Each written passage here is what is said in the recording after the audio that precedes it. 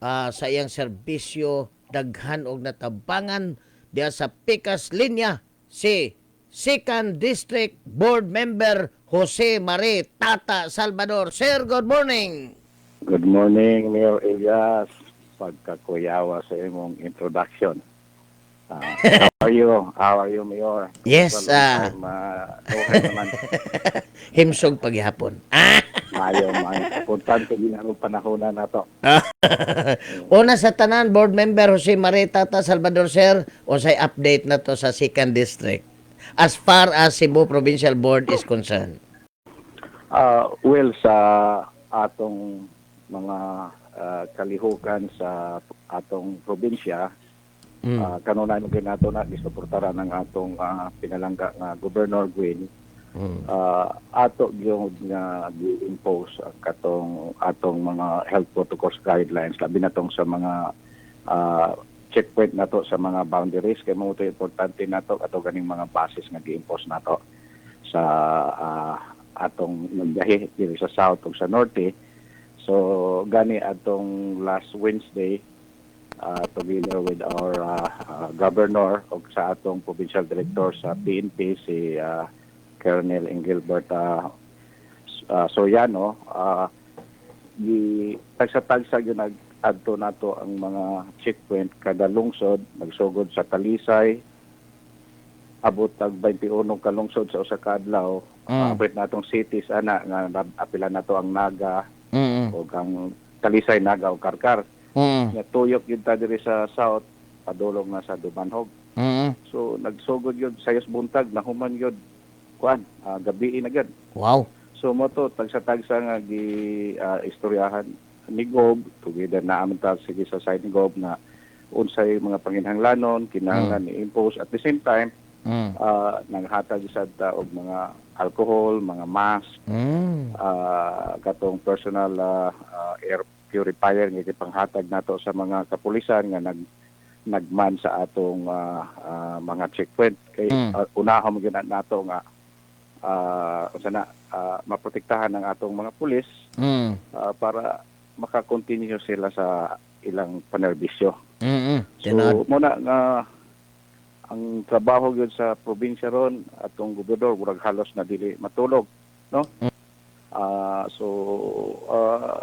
Mo to giawhag nato ang atong mga katawhan nga sa suroy-suroy nato kaluoy sa Ginoo ang atong mga tawo mitumang gyud sa mga kuan minimum health protocols nato nga di manggawas, mo stay at home. Kaya katong sa mga area nga gi-declare nato sa province nga MECQ with heightened restriction, giabagan sa nato sa probinsya. Then mga lungsod gipangtagaan na sa ato probinsya nga katong mga tangke, oxygen tanks, unya naay bugas sa ipanghatag. Unya sa atong distrito, second district, ato sad nga gisuroy ang personally, ako gisuroy gyud nato ang atong district hospital. So pagsubod na overwhelm kita sa demand atong mga oxygen nato, mga tambal. Ya kaloy sa Ginoo na ato na nang nasolba ron, in fact nagpadala to gani kada hospital, mga district hospital nagipadala nga daghan atong oxygen tank niya. The time nga nagdaghan yun atong pasyente, nagpadasad ta og mga folding beds nga mga gamit yun. Ya, kita personally yun nga niduaw yun ta sa hospital, nakita yun nato, nahimamat nato atong mga pasyente dito nga mga positive patient. So but with protected ta na natay PPS nga gisulob, nagmasta, mo lagi ito nga dihatay mga kailag yun nga ni pahulay. Labing subo nga paminaon pa nga. Dihatay usa ka kapitan nga nakita pa nato, gibisita na ko sa ospital. Merkulis. May pa mo istorya. May pa mo istorya pero nanay gamay nga paglisod sa ginhawa. Ibawaan lang nato nga ni pahulay pagkasunod adlaw. Pastilan. Muna nya daghan lang nga ni padaw nga mga kailan nato ba. Hopefully ma-overcome na nato. Nya wala bay pili, way pili tiguang og bata. Kanang batanon pa. Na, oo. Mm. Di ang ganito yung usa nga bag-orasan nga seaman lagsik kayo Mm. unya wala gyud gipamati ba. Mm. Namahaw ra kuno to ni pagkahapon niudto ni pagkahapon murag naglisod ginawa. Mm. Ida sa ospital o magdugay ni ko na expired na sad. Pastilan Ginoo ko. Murag lisod Mm. tan-aw na to but ang atong gibuhat ron nga makasurvive lang ta ani mo na gipaningkamutan nato together with gipersonal yung bisita sa atong gobernador ato ginagikuyugan nga Mm. matanaw unsay mga panginahanglanon. So ni purchase og pila ka milyon atong provincial government ro ni Gobwen og mga tambal, Mm. atong oxygen, Mm. ya mga na ganito yung donate na to ventilator. Mm. So with the mga preparation o mga pangandam na natong gipuhat, hopefully mahinay-hinay na nato kay based sa data Mm. sukat pagsugod nato sa lockdown Mm. o karon ang mga recoveries nagkadaghan nya mga positive cases nato nagkagamay na gyud. At mo na ang nindot nga balita sad nga Yeah. nagkagamay na atong mga kaso diri sa province pero di na to kalikayan doon na gyud mga mortality ta. Mo na kapait na padayon sa pagampo. Mm. So, mas grabe ang Delta variant no kaysa kining kwan. Nauna katong nauna. Kay bawo mo kita tuig naman takapin, wa mo kita ka experience ani nga ana. Kani sitwasyon na sa una ma-admit pa man ta adto, kita na to na-admit. Ilan ta na-admit niya naka-recover. Mm. Karon daghang magstorya nga okay pa, gistorya pa, ni kaon pa. Mm. Tao di kalit lag kuan. Wa na nahibawan nato nga schedule naglubong nangayo na nato og burial assistance. Pastilan. Ano mga burial assistance nga nakita pa mo mi ato last week. Mm. Oo, mo na yung mga Di man pud na makaingog kas advance ang burial assistance. Mm. di man sad pwede nato ikas advance ang mga burial assistance. Kag gina. Oh. So mo gina nga ang tan-aw nato ani hugot nga pag tinabangay sa usag-usa unya ato yung hugutan ang atong pagampo. I think mga warning signs na si kahitasan nga ang priority sa kinabuhi ato nagyong usbon. Bitaw no. By the way, akong matanaw. Oo. By the way, Cebu 2nd District Board Member Jose Marie Tata Salvador, sir. Usa imong committee chairmanship? Sa una, ang atong chairmanship ang sa health man ta o sa senior kay usa man ta ka registered nurse nya paglingkod na ni Gobwen nagkuha naman to restructure ang nakaayo aning watay committee ba kay bisag asa nga committee makasulod ta. Bitaw tinuod. Ang mo to trabaho lang ta walay committee pero membro ta sa tanan nga committee mo na. Bitaw tinuod. Nagnan ko sa likod ni Gob kay wa man tay committee ba ang ato padayon lang ta sa atong himsog na serbisyo no matter what may committee or wala. Importante man ang mga katawan nato nga matabangan personally nga mga tugita sa balay-balay na mga na-positive nga patient kita isip sa ka-nurse kay pao naman taon sa atong angay buhaton so atong ginanggiduaw sa sila nya nang hatag ta sa mga vitamins ginagmay tabang sa bugas pagkaon nila nya I think ang importante lang gyud nga makakita sila nato nga naagit personally nga nagserbisyo tinuod oo nga makita nila nga at least naamday atong sulugoon nga nagpakabana di lang sa istorya lang nga may bawa na to nga mutabang pero wala dai diha. So mo na ato nga buhat mo ipasultiot. Ay si di alabay prominent person na minaw nimo si James Lobidica. Sir James mayong kuan buntag. Now I was told by board member Glenn Soco nga sa pagpanday kuno ninyo sa Cebu provincial budget for 2020 and 2021 apil na kuno ang gigahin sa PhilHealth para gihatag sa Cebu Provincial Government kay ang Cebu kuno usa sa 5 ka probinsya nga gihimong pilot project in the implementation of the universal healthcare. Tinuod ba? Yes, oo. Napil Ah. na to.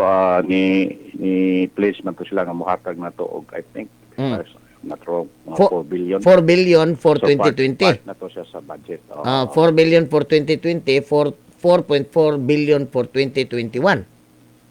Sa 2021, mo to, napil na to siya sa atong sa budget na to. Oo. Wa ba'y mga requirements unsaon pag-release anong mga kwarta para magamit? Yeah. I think di-comply naman nato sa province. Naghulat lang kita sa na Release, na ma-release. transfer, ma-release nila ang budget. But I think karon makasabot na gyud ta o unsay mga situation kay nausab naman gud ang labi na pagsud sa COVID-19. Ang direksyon nato anyway, health ramang gihapon, paabot ramang gihapon sa mga katawhan. But ang sa ato province naningkamot kita with or without that budget nga operational gyud atong mga provincial o district hospital. So muna ito yung panikamutan nga mo abot gihapon ang health services nato sa atong mga kaigsunan. Kay sa Universal Healthcare kuno board member Tata Salvador nga ang katukunong wala pa ma-member sa PhilHealth kay wa sila trabaho ipa-member katong mga naay trabaho way problema kay automatic man ang mo kuan sila mohatag sila premium sa PhilHealth. Pero under this Universal Healthcare tanang tao kinahanglang member sa PhilHealth. Yes, tinod yun na. Ang kuan yun na sa balaod nato nga tanan tao doon ang pribilehiyo sa kuan sa atong healthcare. So dili na ka necessary nga ma-member ka or maunsa nga timanon gyud ka walay maka-deny nimo once you need kuan health services kuan sa ato. So based sa ato diri sa atong speaking sa atong sa province ato ginangitan nga wala gyud tay balibaran no. Usahay nay mahutdan ta og mga supply but gipaniguro gyud nato na nga ma-replenish dayon labi na katong padayon ng end sa contract sa atong supplier nato. Nya na gibid nato do na gyud gap gamay and then niabot nato ang kuan but ato gipaniguro na isip gyud sad usa ka nurse gipaniguro gyud nato nga functioning gyud ang atong mga hospital nya. Ni suporta gyud ta atong kuan PHO nato officer si Dr. Cristina Yango nga akong gi-offer gyud niya sige nga ug unsay matabang nato andam na gyud ta unsay isugo diha sa probinsya but kita proactive kita tubuhon ta sa dili gipili man ta sa katawhan mo na while naglingkod pa padayon kita sa serbisyo ato Boss Eliso mo na ko nga di mo magmahay mintras napatas katong danan bitaw labi na rong panahon na nga importante gyud kayo ang atong health services nato mo na atong make sure good tinuod. On the other hand, board member Tata Salvador, ang gobyerno nag-promote manggod og increased food production in the agricultural sector. Kumusta na ang second district? Uy, grabe ron.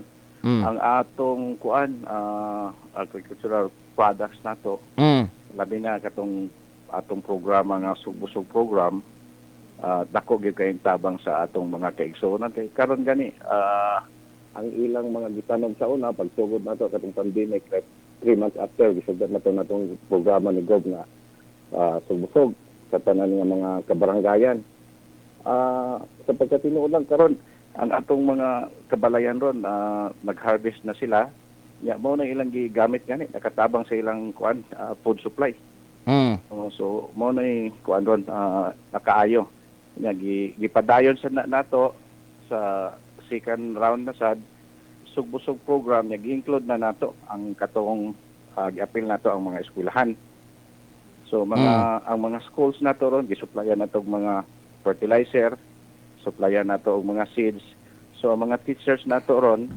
nananom na sad nya pagi og na reward doon na sa competition. So kung kinsay mo daog na reward silang ganahan gud ni ko mga na makita ba astig. So mga school pins, mga ang uban kanang usa ni stage sa eskwelahan. So mo na gipaagi ba makatabang na sa magamit nila pangadlaw-adlaw ang katong mga na-harvest nila. Pagkakaroon sa bago na sa sugbusog program, nag-i-appeal na sad nato ang mga atong PNP, kapulisan. So, ang mga PNP nato, provider sa nato mga seeds para self-supporting na nga, mananom sila sa ilang kanang mga surrounding nila ganit sa kilid, backyard nila sa kanang mga police station. Wow. So, muna gi-encourage yun nato niya. Labi na ang atong congressman diri sa 2nd District. Usaman ka agriculturist Congressman Willie Caminero. Wow. Og makaadto niya ka sa farm, hindi karon tiya kanamo. Nindot kay ang farm niya. Nagsige gyud ta og mga kuan og mga agriculturist, mga farmers na mo visit dito sa naman sa eco farm diri sa Alcoy. Nugas. Pagkanindot ana. Oo. So muna swerte kay ta nga ang atong congressman diri. Usa ka mag-uuma. So gi-advokasya ganyan nga matudluan ang atong mga farmers masuplayan sa mga panginahanglanon. So samtang Encourage niya. sa urban areas, sa uban mga lugar sa Pilipinas naglisod og pagkaon, abundas pagkaon ng 2nd District. Buyag oo. Gani ato sang adlaw ang among pagkaon diri kaning ampalaya. Wow, pagkanindot. Pagkato na mo dito sa Badyan, daghang kay ampalaya si Mayor Carmen. Ang ampalaya na lugar sa diri nga daghang kay sayote. Uban repolyo, ang uban kanang pipino, Pagkanindot. mga talong, corn, buyag naa diri pon og makasuro niya ka diri, makahibaw ka og sa akong gisulti nimo nga as part as sa pagkaon. Buyag maayo atong sitwasyon diri kay visible basket man ta sa South. So, ang agricultural program dahil sa 2nd District is uplifting the economic situation of the people and at the same time fighting against COVID by improving the immune system. Di ba?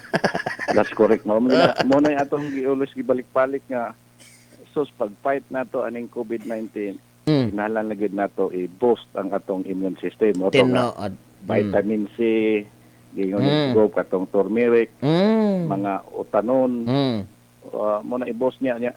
Gi-encourage nato ang nakanindot sa diri sa atong 2nd District, Mayor Eli, kay duol ta og dagat. So, ang kasagaran bitaw diri nay maglain-lain paminaw. Mulokso dahil dagat, saum-saum, kada adlaw, kada hapon. Buyag niyo sa together with that tambal. Buyag naghan na naka-recover. Bitaw, no?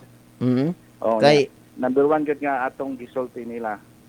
Ay gud pawala sa pagampo sa Ginoo kay Tinood. matag buntag inigmata nato.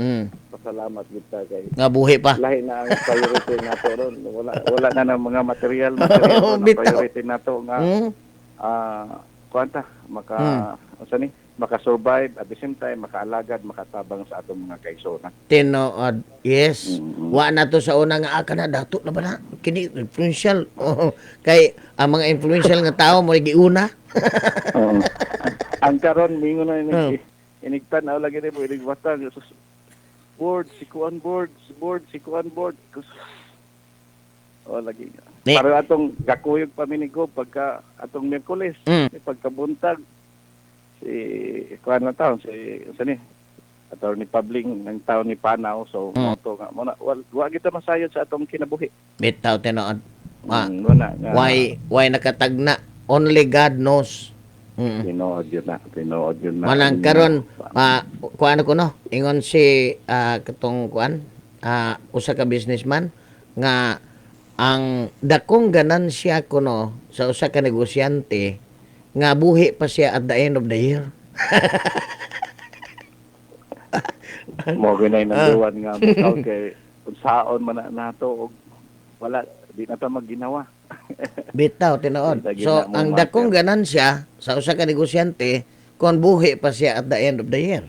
Tinuod, sakto gina. Importante gyud nga buhi pa makamata pa.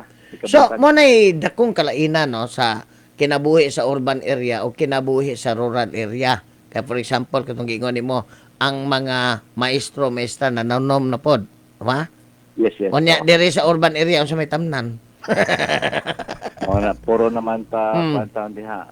Concrete naman mga Ah. sementado naman pero naman gyud to ang atong programa na naman sa to katong containerized gani. Mm. Container katong mga empty plastic bottle sa mga soda nato. Mm. Daghang kay sa city ana kuan. Oh, bitaw, no? Buhat ingon ana. Namay- Depende ra gyud sa kugi. Oh, depende sa kugi. Ano na to? Kaya na may urban Labi daw gardening. diri sa bukiran diri sa Dalagit o Argao Mm. o labi na diri sa Alcoy.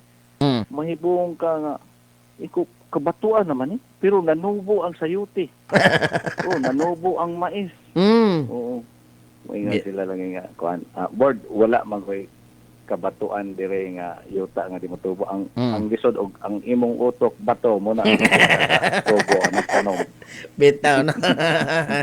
Cebu 2nd District Board Member Jose Mare Tata Salvador, sir. Tagaan ka na kong gigayon sa imong parting words to thousands of listeners karon sa yagyagan sa DYRC. Daghang salamat Mayor Elias Bakiro sa imong pag-atag og gigayon. Magpasalamat ko sa imong programa. Yagyagan nga gipaminaw gyud sa kadaghanan nga naghatag og informasyon sa atong mga kaigsuonan, no? Labi na diri sa probinsya sa Cebu. Ang ako lang gihangyo sa atong mga kaigsuonan sa probinsya na provincial government together headed by our provincial governor Gwen Garcia, kami mga board member naming kamot yun nga matabangan ang probinsya together sa atong mga programa nga na-mention na nato earlier. Magkausa lang ta, maminaw lang ta sa mga pahimangno sa IETF kay I know God's willing kaning atong mga pagsulay lumalabay raman gyud ni ako padayon lang gyud nato atong pagampo pagsunod mga pagsulay o maato ra kining mga kuan masulbad puhon-puhon kung dili man gani ang kalisod duna sa kaharawhay sa kadugayon, no. So Bosili, salamat sa atong tanang tigpaminaw.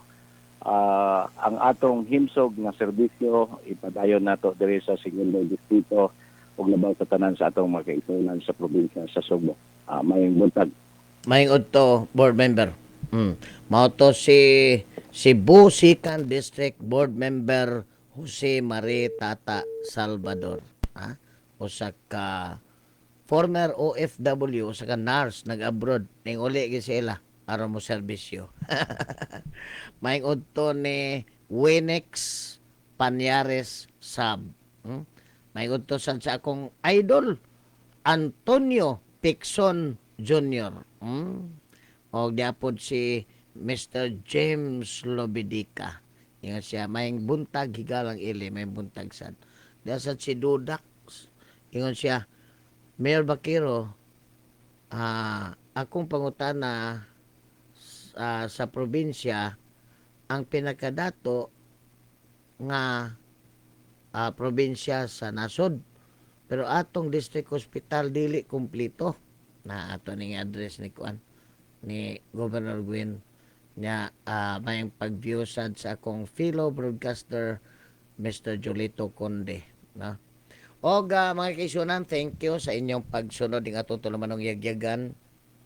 Og magpasalamat sad ko sa akong DYRC family, sa akong mga partner sa technical department, Jonard Tumarong, Jeffrey Selana, and Gisrael Paikan, sa transmitter, Hermes Rabonque and Nestor Aragon, sa newsroom, Joy Carlem Diliman, Gudi Hidalgo, and Mary John Velesawa Enriquez, sa atong air traffic, Jeneline Bornia, sa akong mga co-anchors, Mr. Jolito Conde, Mr. M. Dacolan Alestita Chula, kang Yudi Sanchez, uguban pa, o sa among operations head, Jovelyn sa Tinitigan Paden. Kini si Elias Bakero Mingon, maing udto -4 para alas 12. This time check is brought